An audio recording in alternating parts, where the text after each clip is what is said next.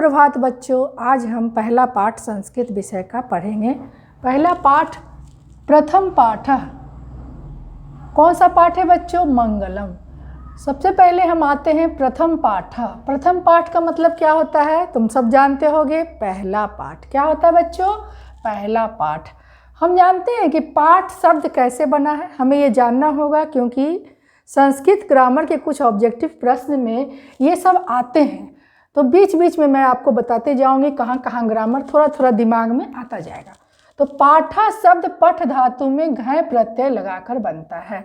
घय प्रत्यय का प्रयोग बच्चों पुल्लिंग बनाने के लिए किया जाता है।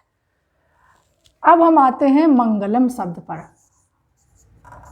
मंगलम मतलब कल्याण होता है। मंगलम में जो म में हलंत लगा है बच्चों, ये नपुंसक, इसके कारण ये नपुंसक लिंग हो गया है।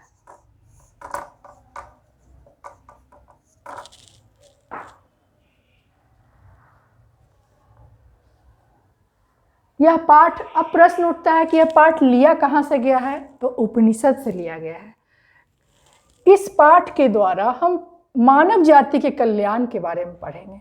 आत्मा, परमात्मा, परमेश्वर, परमपिता परमेश्वर, सबके बारे में जानेंगे। उपनिषदों की चर्चा होगी। इस तरह से आइए हम इसके बारे में जानते हैं। उपनिषदः वैदिक वाङ्मयस्य अंतिम भागे दर्शन शास्त्रस्य सिद्धांतान् प्रकटयन्ति। वैदिक साहित्य के अंतिम भाग में उपनिषद दार्शनिक सिद्धांतों को प्रकट करते हैं। तो अब हम इस बात पर, इस लाइन पर गौर करेंगे।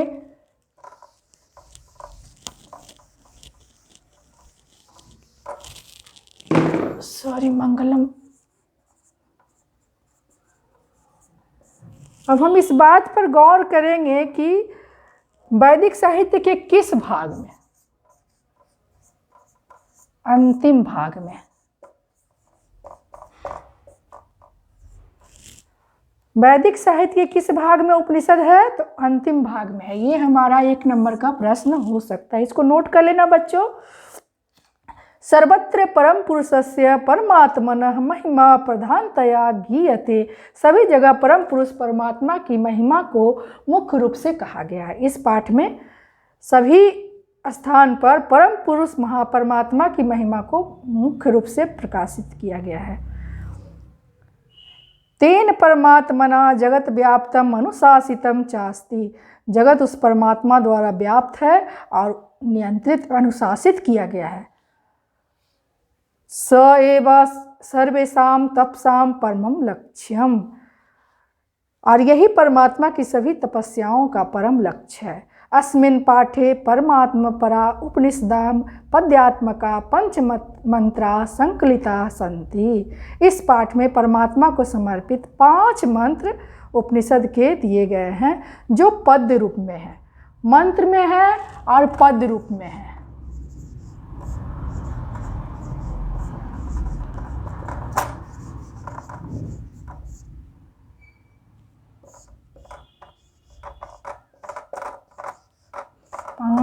श्लोक।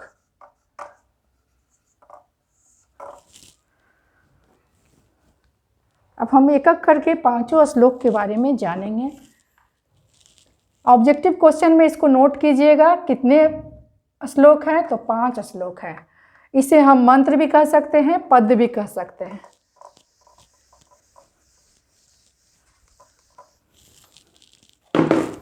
पहला श्लोक।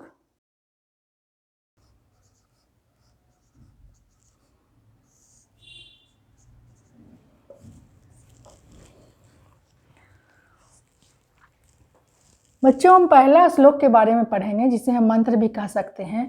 ये ईशावास्य उपनिषद से लिया गया है। हिरण्मयेन पात्रेण सत्यस्या अपिहितं मुखम तत्वं पुसन पावृणु सत्य धर्माय दृष्टये। पुसन मतलब सूर्य होता है। हे सूर्य,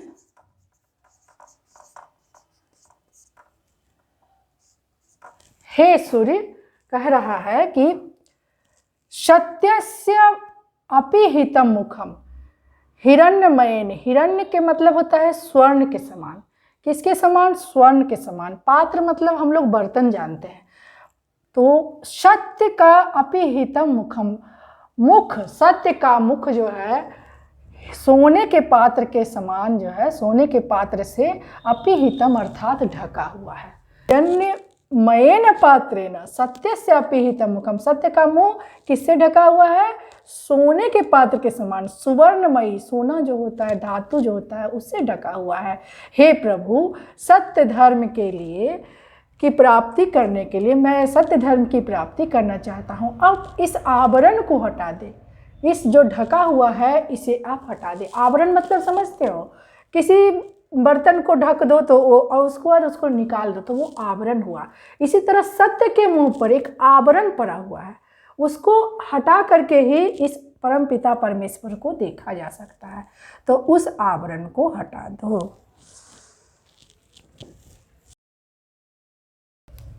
दूसरा श्लोक है, अनोरनियान महत महीयान आत्मा अस्य जंतोर्निहितो गुहायाम तम क्रतु पश्यति बीत शोको धातु प्रसादान महिमा मात्मनः।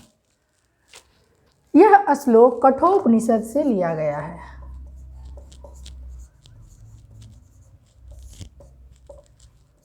कहाँ से लिया गया है बच्चों? यह श्लोक कठोपनिषद से लिया गया है।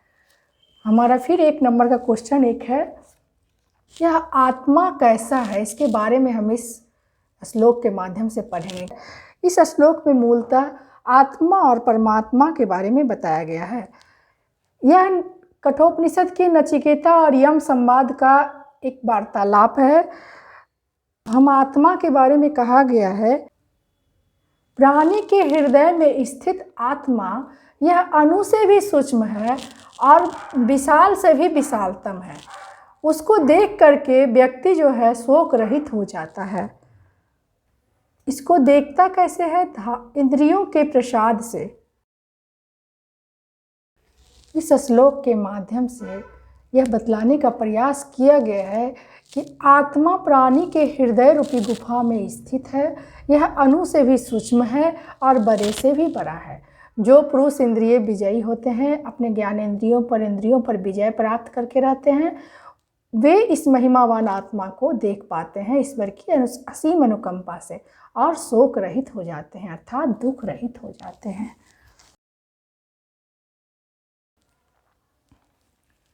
अब हम लोग तीसरा श्लोक पढ़ेंगे। सत्यमेव जयते नान्यतम सत्येन पंथा विततो देवयाना ये ना क्रमण्यतिशयो हयक्त कामा यत्र तत् सत्यस्य परम निधानम। यह मुंडको उपनिषद से लिया गया है। हम लोग सत्यमेव जयते सुने हैं, हमेशा बार बार इसका प्रयोग भी करते हैं। इस श्लोक में कहा गया है कि सत्यमेव जयते, सत्य की ही जय होती है, ना अन्यतम, झूठ की नहीं। किसकी जय होती है? सत्य की, सत्य की ही जय होती है, झूठ की नहीं। सत्य के द्वारा ही हम देवताओं तक पहुंच सकते हैं। देवताओं के पहुंचने का रास्ता भी सत्य से जुड़ा हुआ है। जो हमारे ऋषि मुनि हैं, जो जिन्होंने अपने इंद्रियों पे विजय प्राप्त किया है, वह सत्य के मार्ग से ही उस परम निधानम परमात्मा तक पहुंच सके हैं। सत्य की ही विजय होती है, झूठ की नहीं। सत्य के द्वारा ही देवताओं तक पहुंचा जा सकता है। ऋषि मुनि अपने निष्काम होकर सत्य के द्वारा ही उस परम पिता परमेश्वर तक पहुंच पाए हैं। मंगलम पाठ का यह श्लोक कहाँ से लिया गया है? मुंडको उपनिषद से लिया गया है। और जो ऋषि हैं, तत्वदृष्टा ऋषि हैं, उनका कहना है कि हमेशा सत्य की ही विजय होती है। सत्य ही ईश्वर तक पहुँचने के मार्ग का विस्तार करता है, जिससे होकर आप्तकामी ऋषि सत्य के परम स्थान को प्राप्त करते हैं, अर्थात ईश्वर को प्राप्त करते हैं। मैंने जो अर्थ अभी लिखवाया है उसे आप याद कर लीजिए, परीक्षा में ये काम आएगा।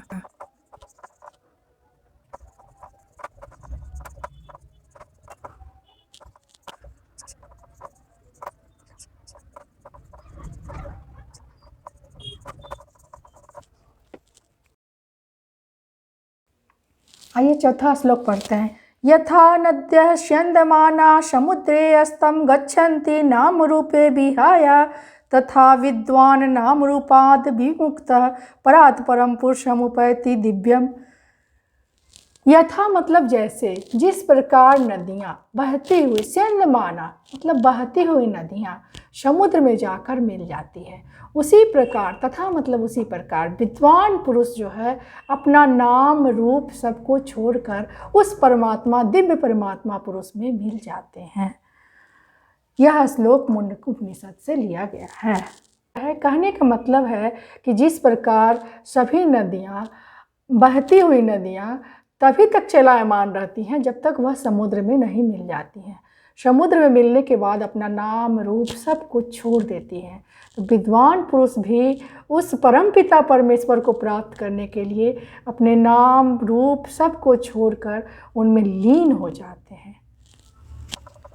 इस अर्थ को आप लोग वीडियो पॉज करके नोट कर लेंगे।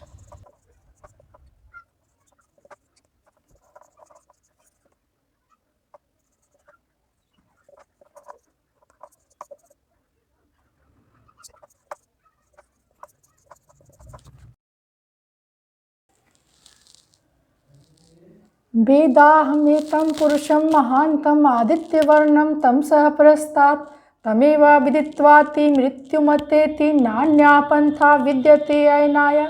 यह श्लोक श्वेतास्त्र उपनिषद से लिया गया है। कहने का मतलब है कि अज्ञान रूपी अहंकार, अज्ञान रूपी अहंकार का, अंधकार का नाश जो है इस करने वाले उस ईश्वर को मैं जानता हूँ। अज्ञान रूपी अंधकार का नाश करने वाले उस ईश्वर को मैं जानता हूँ। उसे ही जानकर व्यक्ति मृत्यु को पार कर जाता है, अर्थात जन्म और मृत्यु रूपी चक्र से छूट जाता है। इसके अतिरिक्त मुक्ति का और कोई दूसरा मार्ग नहीं है। मंगलम पाठ का यह सबसे अंतिम श्लोक है। वेदाहमेतं पुरुषं महान्तं आदित्यवर्णं तमसः परस्तात् तमेव विदित्वाति मृत्युमतेति नान्या पंथा विद्यते अयनाय। तमसा मतलब अंधकार होता है, अज्ञान। परस्तात् मतलब दूर करने वाला। आदित्यवर्णम सूर्य के वर्ण का, सूर्य के रंग का। एतम मतलब इस, महानतम पुरुषम मतलब ईश्वर, विदित्वा मतलब जानकर, अतेति मतलब पार कर जाता है, अयनाया मतलब मुक्ति के लिए। अज्ञान रूपी अंधकार के नाश करने वाले उस ईश्वर को मैं जानता हूँ। उसे ही जानकर व्यक्ति मृत्यु को पार कर जाता है, अर्थात जन्म और मृत्यु रूपी चक्र से छूट जाता है। इसके अतिरिक्त मुक्ति का और कोई दूसरा मार्ग नहीं है। मंगलम पाठ का यह श्लोक श्वेतास्त्र उपनिषद से लिया गया है। ऋषि के कहने का मतलब है कि ईश्वर को जानकर ही अंधकार रूपी अंधकार का नाश किया जा सकता है। उस महानतम पुरुष को जानकर ही जन्म और मृत्यु रूपी भवसागर को पार किया जा सकता है।